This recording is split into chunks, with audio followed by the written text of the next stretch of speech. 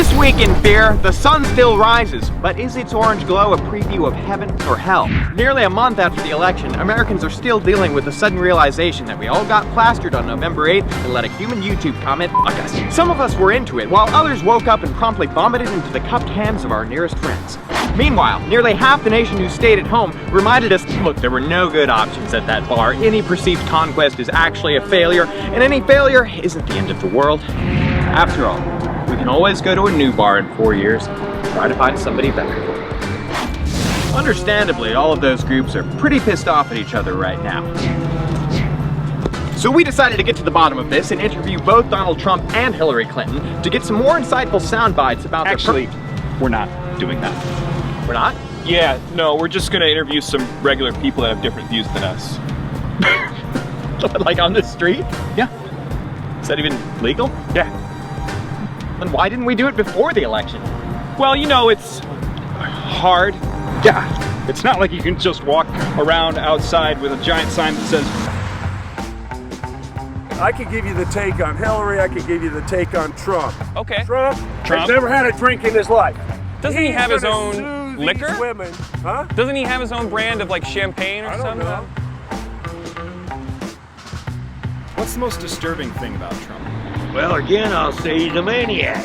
I do believe he's a Christian, a newborn Christian, and I'm a Christian. He wasn't Hillary. He wasn't. Okay. Now, I did like one thing.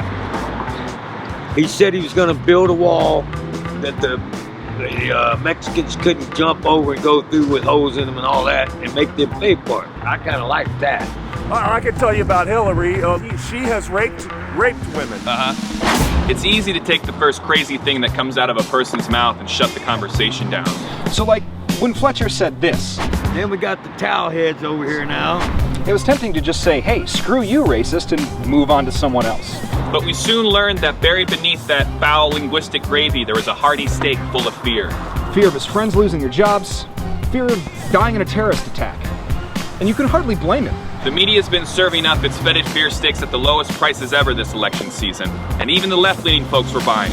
So with Pence, it scares me because he believes in conversion therapy, you know, shock therapy, which is highly extreme, and to openly say that you still believe conversion therapy is a thing and shock therapy is conducive to creating, you know, a good person, a straight person. When he got elected, a friend of mine texted me and said that her little girl called her crying at school because a little boy walked up to her and was like, are you afraid you're getting deported now? I hope at the end of 4 years, people will realize how much they fucked up. Some of those fears were well-founded, and others were not.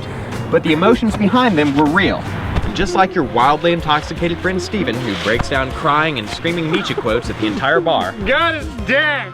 at some point you've got to calm him down and ask what's really bothering him. I just want tacos and pass out. Here's what we found when we dug a little bit deeper. Are you doing anything right now? Are you working or? No, what's going on with me is right now, unfortunately, is they diagnosed me with prostate cancer I'm so sorry, jeez. about a month and a half ago or whatever. I voted for Trump. Okay, I voted for Trump. right. What kind of things do you think could be improved on for your life? For my life? Yeah. I don't know, more jobs, I think.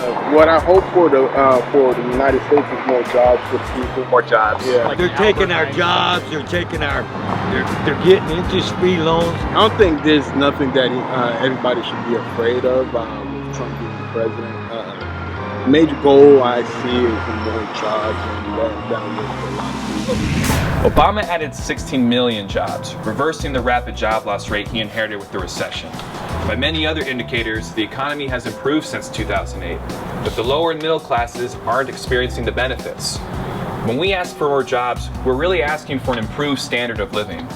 The accumulation of wealth at the top of our global society's hierarchy has kept the lower rungs from reaping the fruit of our collective labor. Clearly, a lot of people are struggling financially.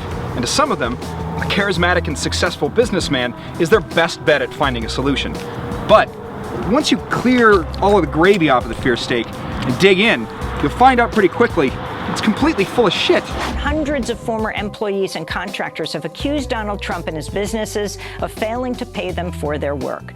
Victims have included a dishwasher in Florida, a glass company in New Jersey, a carpet company, a plumber, 48 waiters, dozens of bartenders at his resorts and clubs, and even several law firms that once represented him in these labor lawsuits.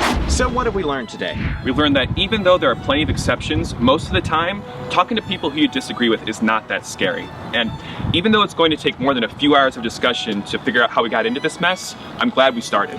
So while there's plenty of reasons to be afraid right now, like actual white supremacists pledging allegiance to Donald Trump, and the majority of Trump's cabinet picks looking like a complete 1% nightmare, it's important to remember the majority of Americans on both sides are not extremists, and we've got to find ways to work together to survive the next 4 years.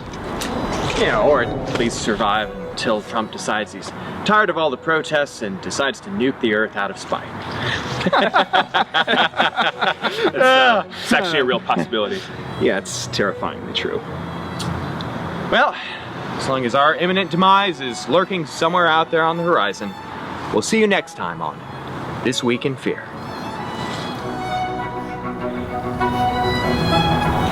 Oh my god. Oh my god. Guys, calm down. I am so terrified right now. Calm down. I am so scared. Okay. Oh no. We're gonna make it.